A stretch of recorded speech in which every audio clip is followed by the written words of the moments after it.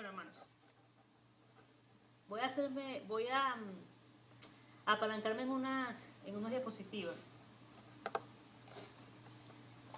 Ojalá que después no las necesite, pero por el momento sí voy a hacer uso de ellas. Hermano, entonces hoy vamos a ver una introducción, hermano, ¿sí? A lo que es la apologética, fíjense.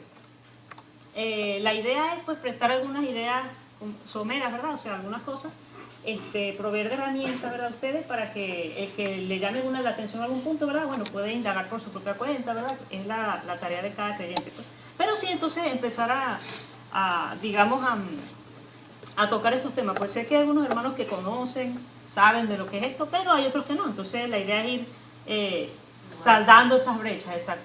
Entonces, para que todos pues vayamos por el mismo rumbo. Bueno, hermanos, entonces, ¿qué es la apologética, no? Vamos a ver aquí. La palabra apologética, la apologética es el área del cristianismo que se encarga de presentar evidencia acerca de la fe cristiana. O sea, muestra la evidencia. La fe de nosotros no es una fe que anda por ahí ciega, de hecho eso lo vamos a ver más adelante, sino que sobran las evidencias acerca de nuestra fe. Entonces, bueno, la apologética proviene de una palabra griega que es la palabra apología. Esta palabra apología, por lo general en el lenguaje griego se usaba para presentar defensa en una corte, por ejemplo, para presentar un alegato pues, en defensa de cuando se le demandaba a alguien por el porqué de su comportamiento y prestaba su argumento. Entonces, eso era apología. Y bueno, entonces apología, como les decía, significa entonces presentar defensa, defender. Ahora, ¿por qué la apologética? ¿Cuál es la razón de estudiar esto, no? Tenemos que irnos a las escrituras. Entonces vamos a estar revisando algunos versículos, ¿verdad?, que demuestran que debemos ser apologistas.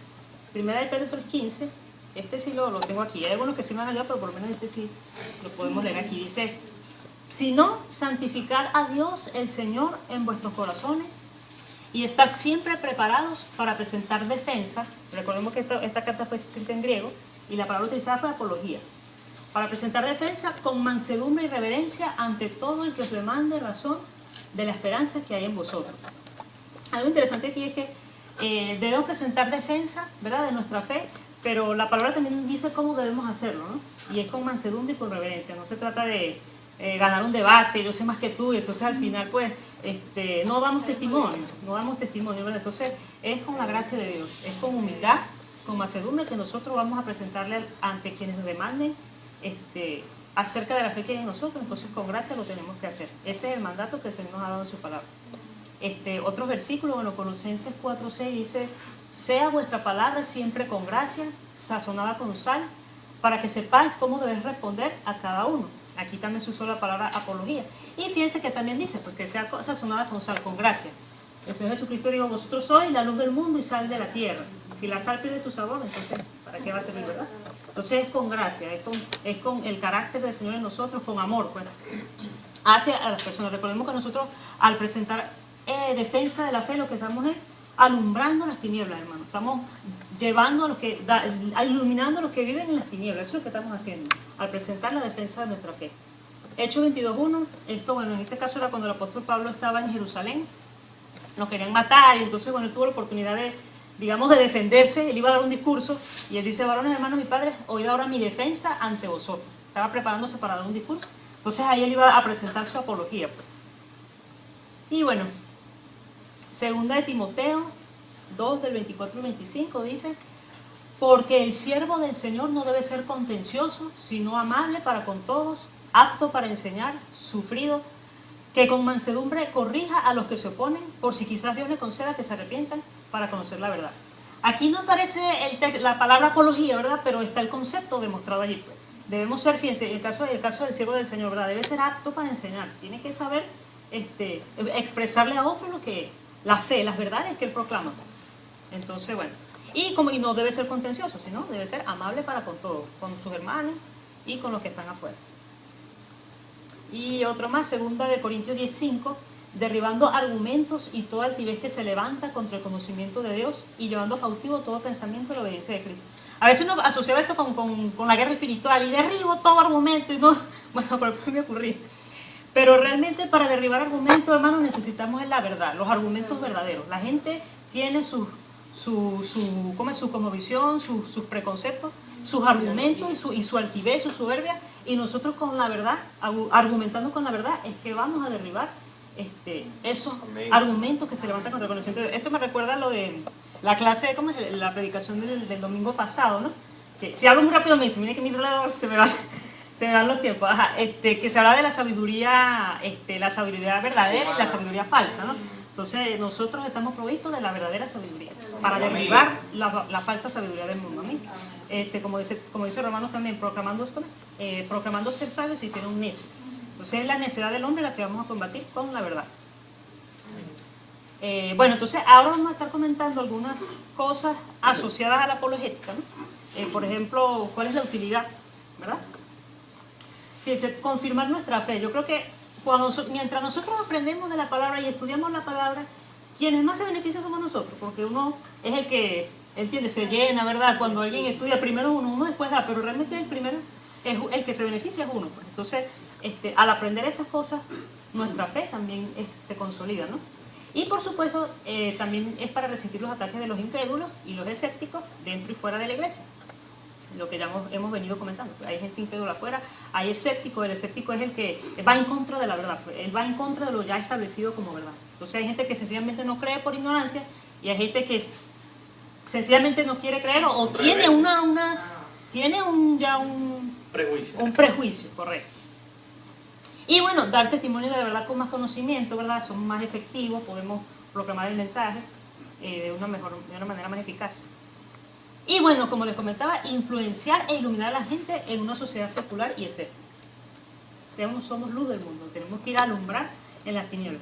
Fíjense que esto me recuerda a una película que gracias a mi esposo la vi, que se llama El que cambia los tiempos. No sé si alguno la ha visto. No la ha visto. Muy buena, ¿verdad? Entonces hay una escena donde, bueno, para el que no sabe, es de un teólogo que estaba en los años 1800 y él viaja al futuro. Y cuando viaja al futuro queda sorprendido de las cosas que ve en esa sociedad, ¿no? Y entonces hay una escena que a mí me impactó muchísimo, que él fue al cine, entonces él no sabe nada de eso, no sabe lo que iba a ver y se siente y de repente sale corriendo de la sala y dice, detengan la película. El hombre de la pantalla ha blasfemado a Dios, dice. Y la gente dice como que... Entonces quizá a veces ni nos damos cuenta porque se blasfema el nombre de Dios, porque estamos en una sociedad así, una sociedad secular. Ok, bueno, algunas advertencias para el apologista. Un apologista puede llegar a ser frío e intelectual, es algo que debemos evitar. Debemos mantener el mensaje relevante y personal. O sea, el mensaje que nosotros proclamamos, volvemos al punto, no es ganar un debate, es un mensaje de vida o muerte, hermano. Es así, es de vida o muerte. Entonces es muy importante el mensaje que estamos proclamando. Por eso es relevante y es personal, tiene que ver con cada persona, es el alma de una persona la que está en juego. Bueno, argumentar a una persona, para lo que hemos venido diciendo, para que acepte el mensaje, no puede reemplazar la convicción que da el Espíritu Santo, muy importante, hermano. Ganar un debate no hace la obra del Espíritu Santo. Aunque tengamos mucho conocimiento, realmente Dios, es el Espíritu de Dios el que va a convencer a la persona. Podemos ganar la batalla del debate, pero aún así perder la guerra por el alma de una persona. Y sobre todo ahí volvemos al punto, puede estar involucrado el hecho de nuestra actitud. Podemos decir la verdad, pero si no tenemos la actitud correcta, hermano, entonces no estamos reflejando el carácter de nuestro Señor. Bueno, aquí dice un recital completo o inexacto de oídas evocará un rechazo sarcástico y se convertirá en piedra de tropiezo en el campo de los escépticos. Entonces, por ahí, un ejemplo típico de esto es, por ahí había un email que hablaba de unos científicos de la NASA que iban a hacer unos cálculos de los movimientos de las estrellas o de un Apolo, no sé, una cuestión, unos cálculos que estaban haciendo. Entonces, ellos tenían que hacer una regresión en el tiempo y entonces les faltaba un día. Y entonces al final había un científico cristiano que dijo, eso está en la Biblia registrado. Es cuando Josué iba a pelear, hizo detente en Gabaón y tal. Entonces ahí se detuvo el día. No sé si recuerdan esa. Sí. Y también en el reinado de Ezequías, que hubo un rey que él iba a morir y él le pidió a Dios que misericordia y Dios le concedió 15 años más de vida. Y en la sombra se retrocedió 10 grados. Eso representa como... Esa fue la señal que Dios le dio. Él dijo, pero ¿cómo sé tú? Tú me lo prometes, pero ¿cómo sé yo? Pues. Y el Señor le dijo, la sombra se va a retroceder 10 grados. Y eso representa como 40 minutos. Entonces, bueno, lo cierto es que este científico dijo que ahí estaba el día que faltaba, ¿no? pero esa información es muy informal, o sea, nosotros lo hemos visto en correos, pero realmente no sabemos cómo se llama el científico, no está un artículo, entonces ahí sí los argumentos tienen que estar más sólidos. Pues. Ojalá que sea así, que eso haya ocurrido, pero bueno, sería bueno saber cómo se llama el científico y cuándo ocurrió eso. Que sea más preciso. Pues. Ok, bueno, algunos conceptos erróneos acerca de la fe. Fíjense, el mundo cree que nosotros tenemos una fe ciega muchas veces. Yo tengo un amigo que ahorita está haciendo un posgrado en Inglaterra y él dice, mira, esas son sociedades que te dicen, tú crees en Dios porque eres latino, o sea, eres inferior, pues, eres una raza inferior, entonces por eso es que tú crees en Dios, no. Entonces creen que nosotros no tenemos la capacidad de razonar y de pensar, algo totalmente falso. Nuestra fe no es ciega. Entonces, esta es una declaración falsa. ¿El cristianismo es una fe ciega o suicidio intelectual? No es cierto. La realidad es que la fe cristiana se basa en la evidencia. Y Dios siempre ha querido que sea de esa manera, ¿ok? Él ha provisto de suficiente evidencia para sustentar nuestra fe, sus acciones, su palabra. De hecho, aquí me detengo un momento. El hecho de que nosotros tengamos la Biblia en nuestras manos, hermanos, es un milagro. La forma en que ha llegado a nosotros, la sangre que se ha derramado para que nosotros tengamos este libro maravilloso aquí, es porque es la evidencia misma, es la manifestación de Dios mismo, que ha conservado su palabra. Bueno, la creación, otro ejemplo. Aquí, por ejemplo, cuando los científicos hacen estudios, ¿no? Por ejemplo, del universo y empiezan a ver cómo los cuerpos celestes y las partículas, incluso a llegar al punto de las partículas subatómicas, y ellos al final concluyen, verdaderamente aquí hay un diseño inteligente. O sea, no es posible que esto sea espontáneo y al azar, estas cosas se dieron de la nada. Imposible. O sea, la evidencia está, pues la creación es la evidencia de Dios. Amén. Bueno, los milagros de Jesús, la resurrección, importantísimo, la resurrección es un evento histórico, hermano. No es que un cuento, un mito.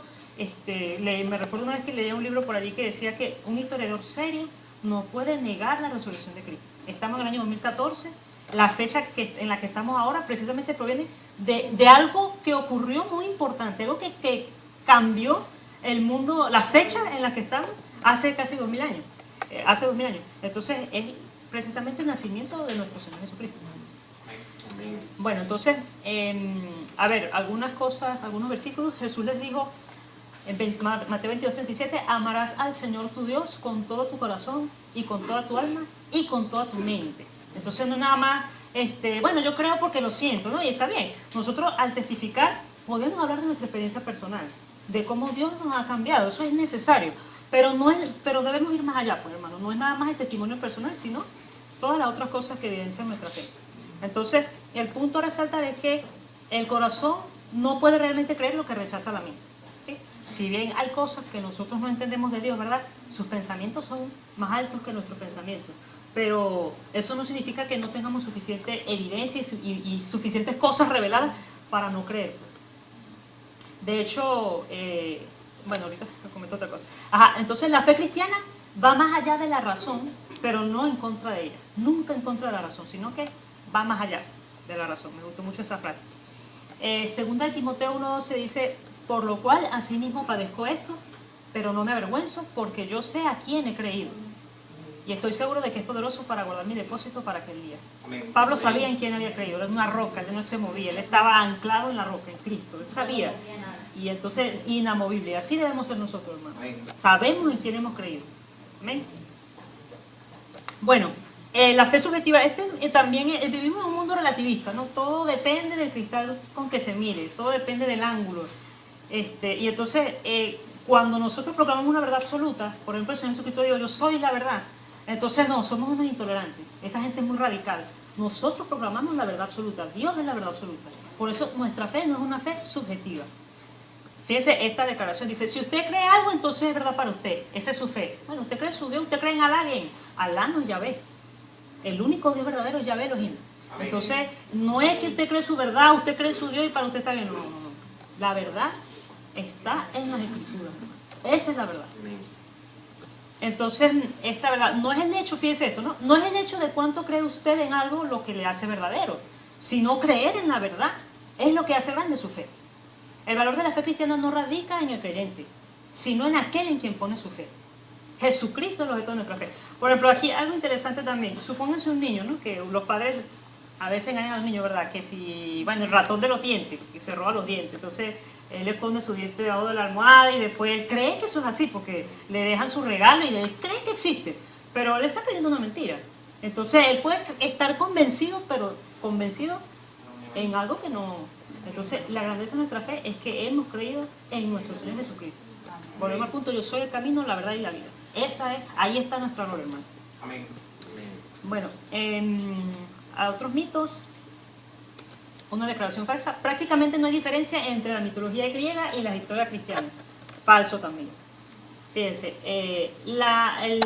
lo que es la mitología griega, lo que creían los egipcios en su momento, todo eso ya cayó a los pies de los escépticos. Pues ya eso pasó, eso forma parte de los museos, pero no es así con la fe cristiana. Todavía están tratando de socavar nuestra fe y no podrán, porque es la verdad. Eso no puede ocultarse eso con un dedo. Fíjense algo interesante de los mitos. Los mitos nunca dicen tener testigos oculares como lo hace el cristianismo. Y eso lo podemos ver reflejado en la palabra. Ahí están unos cuantos versículos, si pueden buscar uno, sobre todo Corintios 15, 5, 6, en particular, está bien interesante. Si me pueden ayudar allí. Hechos 1.3 tengo yo. Sí, bueno, si pueden ir. Bueno, Hechos 1.3, bueno, vayan leyéndolo, mejor de una vez para. Ok. Hechos 1.3. A quienes también, después de haber padecido, se presentó vivo con muchas pruebas indubitables, apareciéndoseles durante 40 días y hablándoles acerca del reino de Dios. Exacto. El Señor se les apareció no a una sola persona, a una cantidad de personas. Y ellos cuando escribían las cartas, ellos todavía estaban vivos. Eso se va a evidenciar en Corintios, creo que es. Ajá, ¿quién tiene la otra? Tengo primera en Corintios 15, 5, 6. Ajá, ¿qué dice allí?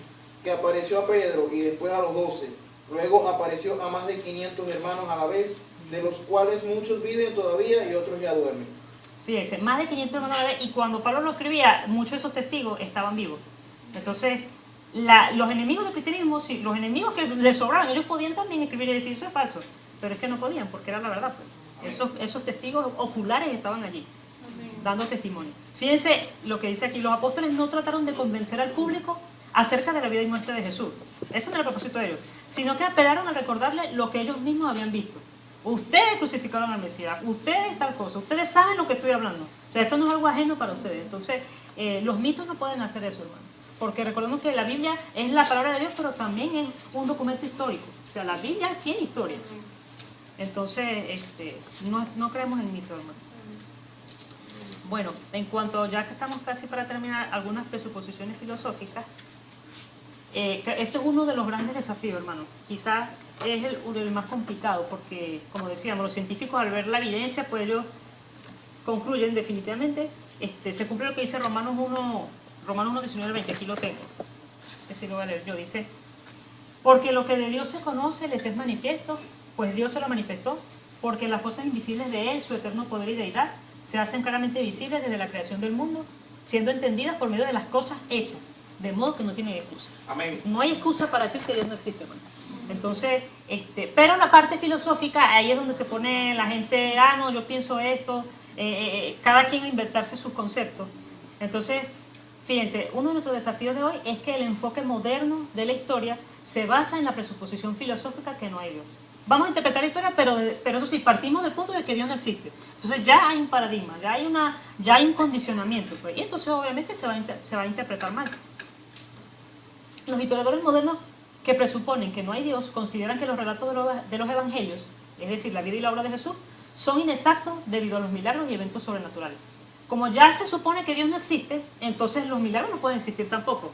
Entonces, como los milagros no pueden existir, y la Biblia nos muestra muchos milagros, muchos eventos sobrenaturales, la vida de Jesús es sobrenatural, entonces no, los documentos son inexactos, no son confiables. Entonces, todo eso, para menoscabar, o sea, todo eso menoscaba, en teoría, los escritos por una presuposición, que Dios no existe, hay un versículo según muy ellos. bueno en la Biblia que era Isaías 45, 22.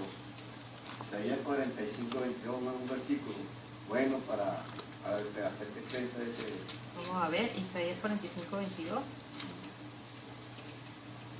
Mirad a mí y sed salvos todos los términos de la tierra, porque yo soy Dios y no hay más. Con este versículo se convirtió Carlos Spurgeon. Cuando él estaba, no sé, un predicador predicó, leyó esto y se iluminó. Y llegó al Señor Carlos Spurgeon. Isaías 45, 22. Y sed salvos todos. Ajá, entonces, bueno, dice, el resultado es que muchas veces los escépticos modernos no están debatiendo la fe cristiana desde una posición de conocimiento o evidencia, sino de presuposiciones que se niegan a renunciar. Gran parte de las veces esto es un reflejo de su corazón y no de sus mentes. Entonces puede ser eso, simplemente tengo una vida pecaminosa, quiero seguir así, es mejor que Dios no exista para yo no tener remordimiento, entonces es mejor seguir creyendo que Dios no existe. Entonces, saben que hablando de las presuposiciones, incluso esto aplica para nosotros como creyentes, porque a veces el mismo creyente tiene presuposiciones para interpretar las escrituras. Entonces cuando se le muestra la verdad, mira, pero es que la palabra dice, no, es que eso no es así, porque entonces la Biblia, bueno, ya solo veremos la parte hermenéutica, la Biblia es su propio intérprete. La Biblia habla y nosotros debemos entender lo que ella dice, no tratar de que la Biblia diga lo que yo digo. Entonces esas presuposiciones aplican también para nosotros. Así es. Amén. Bueno, por último, hablando de la fe y la razón, como comentamos, la razón tiene que ver entonces con la capacidad de razonar, de ver evidencias y de llegar a una conclusión, la capacidad de pensar del hombre. Y fíjense, un ejemplo, el caso de los demonios, ¿no? Los demonios, según Santiago 2:19, lo podemos ver, creen y tiemblan, ¿verdad? Los demonios pueden ver las pruebas, pero no se moverán por ellas, ya que están en contra de la evidencia. Y, al igual como le decía de los escépticos, están en contra de la evidencia. Me puedes presentar la verdad, pero es que no quiero creerla. Entonces, el caso de los demonios, pues, están en contra de la evidencia, por eso ellos no se mueven de ella. La razón puede probar que Dios existe, pero no puede convencer al incrédulo a creer en Dios. Nosotros no convencemos a las personas. Ganar un debate, volvemos al punto, no convence. Es la obra del Espíritu de Dios. Pero eso no significa que no seamos diligentes, debemos ser diligentes, presentar el Evangelio responsablemente, y Dios es el que va a hacer. Dígame. Una observación, ayer en una manifestación pública en Perú, unos que querían que le aprobaran una ley en el Congreso, que lo aceptaran, porque se pasaran, etcétera. Entonces sacaban unas pancartas que decían: la Biblia no es constitución. O sea que se estaba pasando la Biblia para frenar su proposición. Entonces, que la Biblia ya quieren desacreditar las escrituras. Entonces, es lo que hace este mundo secular. Vamos a deshacernos de Dios para que nosotros podamos, para mostrar nuestra verdad, nuestra falsa verdad. Esa también puede ser cuando hay un milagro. ¿Cómo hace uno para demostrarle a un incrédulo que eso viene de Dios? Exactamente. Bueno, que es una evidencia, pero él puede decir, no, ese no estaba enfermo, ese no, ¿me entiendes? Ese no resucitó, lo que es negar la evidencia, oponerse a la evidencia. Sí, igual que los que creen en lo que dicen los periódicos y no creen lo que dice la Biblia. Correcto también. Bueno, a veces se esparce un rumor, todo el mundo lo cree, pero la verdad está en la Escritura y ahí es donde nos negamos. Fíjense una frase que me decía mi esposo, que él leyó de R.C. Sproul, que me gustó mucho. Dice, el ministerio de nos ha sido encomendado el ministerio de la palabra, mas no su resultado. Entonces, yo digo, qué hermoso, podemos descansar en eso. Nuestra misión es proclamar la verdad, y Dios es el que va a convencer al incrédulo. Amén. Bueno, y por último, la razón nos permite afrontar al incrédulo con la evidencia de la verdad. Si bien no lo podemos convencer, sí podemos darle ahí la espinita. Bueno, piénsalo. Escucharte y bueno, para que quede un poquito incómodo por lo menos. Eso sí se hace, hermano. Entonces, para que quede ahí, le dé pesadilla en la noche. Como dice en la Biblia, la palabra de Dios no vuelve vacía. Bueno, no sé si dice así. Sí, dice Isaías. En su tiempo dará su fruto. Sí, y es así, hermano. Nosotros puede ser que en algún momento prediquemos, la persona no cree, pero en su momento, si Dios lo ha escogido para salvación, en algún momento esa persona va a creer, ¿me entiendes? Poco a poco, Dios va alineando las cosas. Fíjense, entonces, un último ejemplo, la razón y la fe, ¿no? La razón y la fe, el ejemplo es como, la razón nos da las evidencias externas, ¿sí? Y la fe es cuando aprobamos esa evidencia y la abrazamos y creemos, ¿sí? Es algo interno. La fe nos da evidencias externas, pero la fe es interna. Entonces, es como describirle el sol a un ciego, ¿verdad? Tú le dices, mira, es maravilloso, es hermoso, ilumina todo, pero él es ciego, él no tiene la capacidad de ver, ¿me entiendes? Entonces, sin embargo, el ciego puede experimentar los beneficios del sol. Él siente su calor, ¿verdad? Él come de los frutos, ¿verdad? Las plantas no pueden crecer si el proceso de fotosíntesis requiere la luz del sol, ¿verdad? Entonces, él se beneficia del sol, pero no logra verlo. Entonces, la fe es cuando se le quita esa ceguera y entonces él con sus ojos contempla el sol. Eso es la fe. Y ese, como decimos, el que puede quitar la ceguera es el Señor. Amén. Bueno, hermano, entonces eso es lo que íbamos a compartir el día de hoy. Gracias por su atención y bueno, vamos a estar hablando para entonces cerrar e iniciar.